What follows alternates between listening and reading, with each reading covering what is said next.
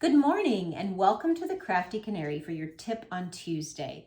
Today I'm going to show you how I make my hanging towels that I use in the kitchen to hang on the oven door, a drawer handle, just a cute little towel that you can hang up and have handy when you need it when you're at the stove or by your kitchen sink that's hanging on a drawer handle. So we're going to use some inexpensive pot holders. These are from Dollar Tree and very inexpensive. They're cotton fabric with, I believe, cotton, maybe polyester batting on the inside.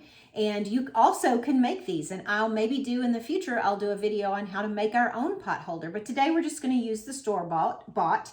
And then you can also use a towel. These we made in our last video, so I'll link to that up there at the top. But you could also use a store-bought towel. You could use an inexpensive microfiber towel from Dollar Tree. So really all you're paying is $1.25 for the towel and $1.25 for two of the pot holders. So you're really getting this for $2.50, but then you have an extra pot holder to either make another one or do something else with. So this is a very inexpensive craft, a very inexpensive way to make your towel where it's accessible, or to make a cute gift for someone. I have these on my website, so if you think that this is not a project you want to do, but you'd love to have one of these, or you'd love to do it but you don't have time and you want to have one, head on over to thecraftycanary.com and I have a selection of some of these already made up that you can purchase. So let's get in and let me show you how we do it. Okay, the first thing I want to do is take my towel to my ironing surface. Now I want to make clear that this is an ironing surface. It may look a little bit like a self-healing cutting mat, but it's not. This is my cutting table with a pad in between and an iron safe cover over the top. It does have the grids like a self-healing cutting mat would, but it's this fabric that you see on a lot of ironing board covers. It kind of has that shiny surface like Teflon, so it is safe to iron on. You would never want to iron on a self-healing cutting mat because you could warp it. So what I want to do is fold the towel in half, and I want to make sure that when my towel is complete and hanging up, that it's not going to be showing the back hem like that. So you don't want it to be complete and then you hang it up on your oven and you see the back side of it. So I want to go and I want to do it either, perfectly halfway, or even cheat a little bit and go a little bit over the back hem, just so that you're nice and sure that when it's hanging up, it's not going to show the back of the towel. And then I'm going to press that. I'm going to come down just a little so you can see it. Press it nice and good because I want that crease in there. So I'm even going to use some steam so that I get a good crease so I know where to sew that pot holder on. Now here at the machine, I'm going to show you what I'm going to do to gather up the towel so that it will fit on that pot holder. What I want to do though is use a different color thread, than I'm going to use when I actually sew it up, or that is then the color of the towel. So we have, probably would use a white thread if I were just sewing on this towel. That's what I did when I hemmed the edges. But in this case, I'm going to use something that's going to really stand out and contrast, because this is a gathering thread, so it will be taken out. So what I've done, in the top, I've used a black thread, and in the bottom, I've used a purple thread. And I'm using something different in the regular thread, the top thread, and the bobbin thread, so that I also can tell those apart. So when I'm pulling those gathering threads out, I know which one I've got. I've got the bobbin. If it's purple, I've got the top thread if it's black. So what I'm going to do is set my machine on the longest stitch length on mine. It's a 4, so I'm going to turn that dial all the way to a 4. Come back down here to the machine, and I'm going to do a gathering stitch, and not on that crease that I made with the iron, but 1/4 of an inch or a presser foot width away from that edge. And I'm going to do it on what would be the back of the hanging towel. So making sure that you see that it's behind the crease and not in front of it. And I'm just going to do a gathering stitch. So I am not going to back stitch here at all, just a gathering stitch. And keeping my presser foot along the edge of that crease. Sometimes it's a little hard to see because it's just a crease, but it's easier to see in real life, I promise, than it is on the camera.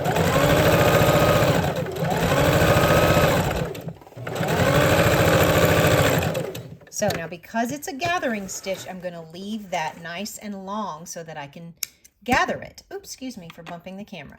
Now what we're going to do is actually gather it. So I'm going to come to that bobbin thread. Now remember, the bobbin was purple, so even though they're pretty close to each other and probably difficult to see the difference on camera, I can tell that this is the purple one.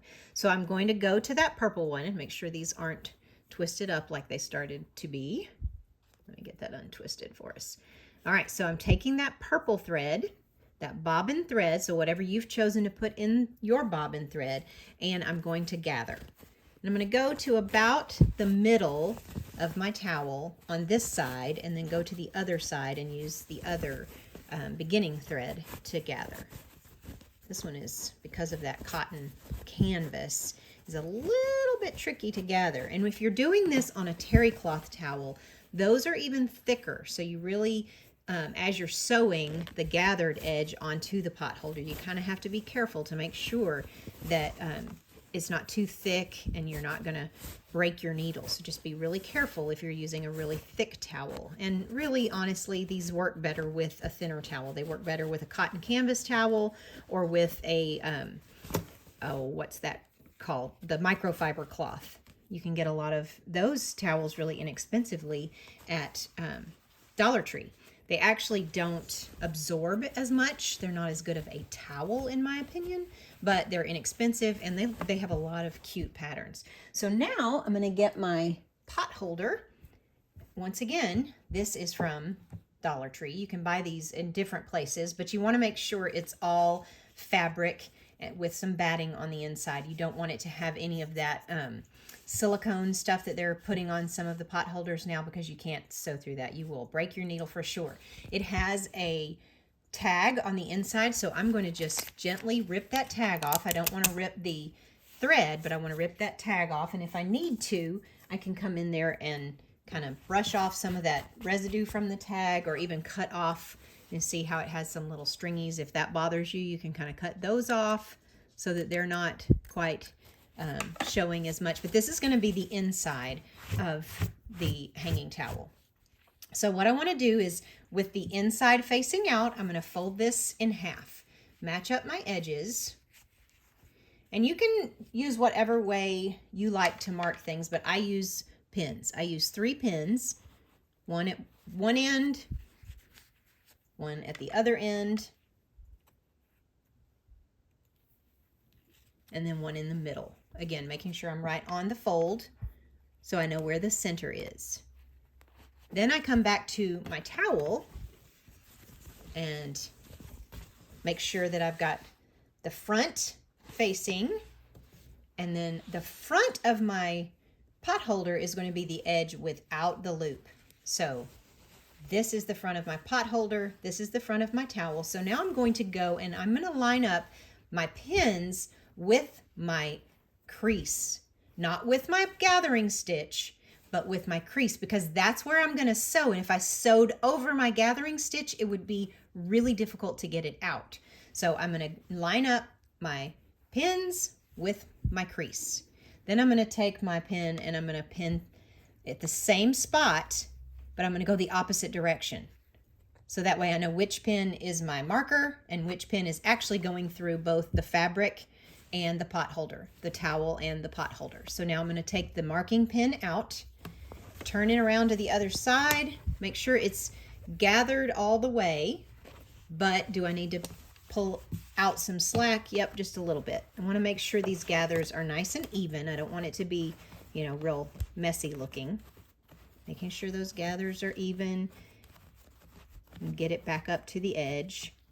Okay, and taking my marking pin and matching it with my crease. Again, not my gathering thread, but my crease.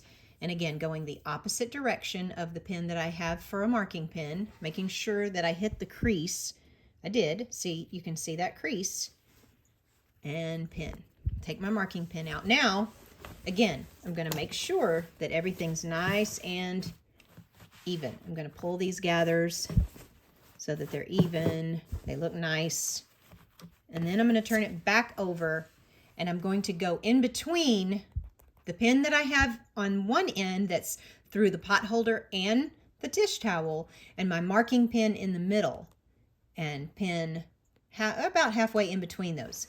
Turn it back over, make sure I'm hitting that crease, which I pretty much am. Need to kind of adjust here a little bit, and then hit that. I'm not going to take the middle one out yet because I'm going to do one more in between the middle one and this end. So going there, make sure we're in a good spot, which we are.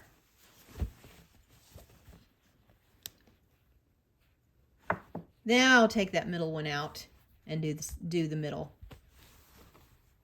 That one, see that one I hit a little bit too far over the mark. So I'm going to kind of pull it out, adjust to hit the mark, and then go back.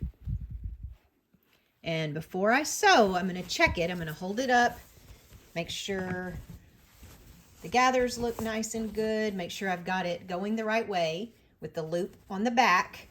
This is the front of the towel, so making sure it's going the right way, and I know now I can sew it. All right, so let's come back over to the machine. Oh, but look, what do we have?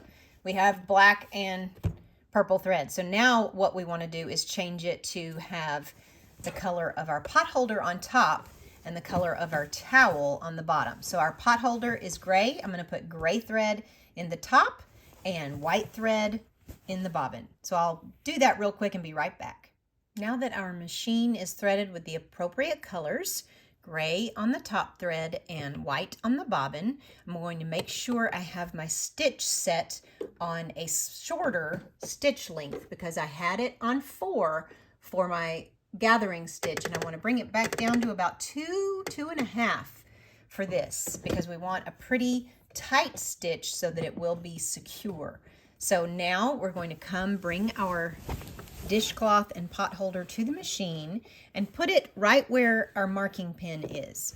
And we're going to put it down. I'm going to go ahead and pull that out just a little bit so I'm not sewing over the pin at the end. But I'm going to take a couple of stitches and back stitch very good because we want this to be really secure. And then I'm just going to follow my pin line and sew right across there. Now, being really careful as we do that we kind of adjust the towel to make sure it's not bunching up and we're not sewing it up, bunched up. How do I know that? Because I've done it many a time. So I just kind of adjust those gathers, make sure they're pulled out and they're not bunching up. Head for my next pin, pull it out, make sure my needle is down in there so that while I'm pulling out pins and pulling out bunches that I'm not moving it and making it go crooked. So again, heading for the next pin, pulling that out a little bit and adjusting. And we're almost to the end. I'm going to make sure my gathering stitches aren't going to get caught up in that. And pulling out that pin just a little bit, keeping it in so I see where I'm headed, and then to that end. And again, back stitching nice and securely so that it's going to stay on. Also have another trick I am about to show you so that it will stay on. Cutting those threads off. Now, it's time to take out that gathering thread. So I'm going to go to the bottom, grab that purple thread, and pull. Now, because this is a little bit of a tight one, that canvas can make it be a little tight. Here, I'm going to back up on the shot a little so you can see the whole thing. It may tear, it may break. Oh, but maybe not. It's always fun when you can actually get the whole thing to come out without breaking. See, I did it. Sometimes I don't. Sometimes it breaks, especially on these canvas ones because it's a little tight. And then you want to go get that top thread. It should just come right out because the bobbin thread is gone. And now you have it. So we still may not have too secure of a stitch because we only did it once. This is really thick with all that batting. And so you can kind of see, maybe not terribly, but I still am going to do it. Sometimes when I do this, especially with a terry cloth towel, you can still see space. You pull it and you can see space in between the pot holder and the dish towel. So I do a second, not row, but right over that row. So a second stitch. So I go right over what I've stitched. Let me move the camera closer to the machine so you can see what I'm doing. I do exactly the same thing, but this time I don't have to worry about pins. So going right over that stitch, and back stitch again. Again, adjusting to make sure I'm not catching anything up. Just going right over that stitch.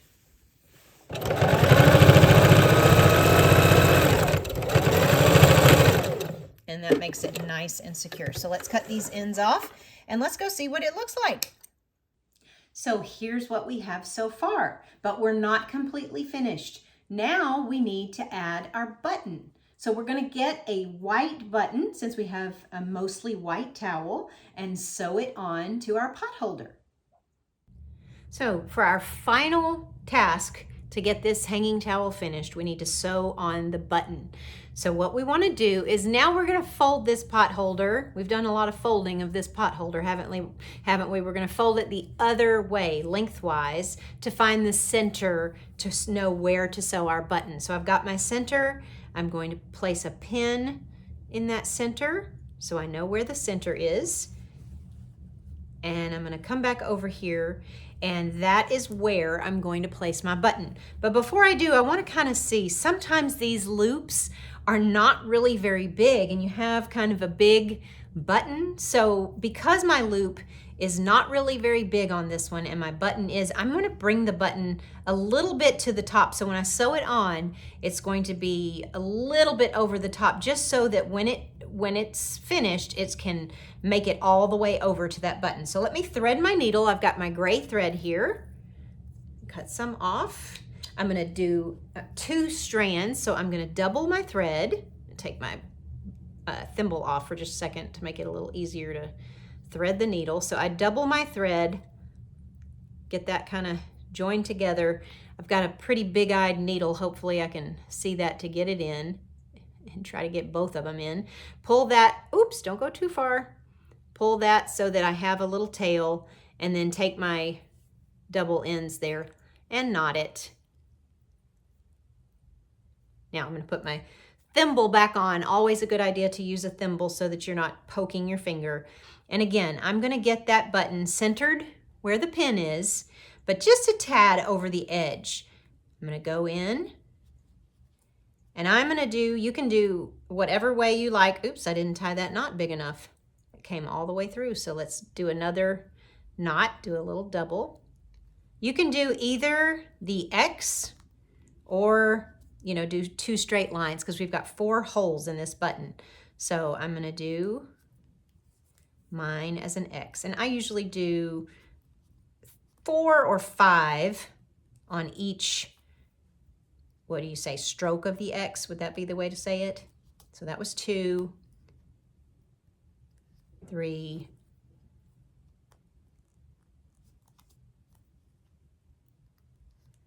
4, and 5. I think it is safe to take that pin out, and we'll do the other 5 real quick.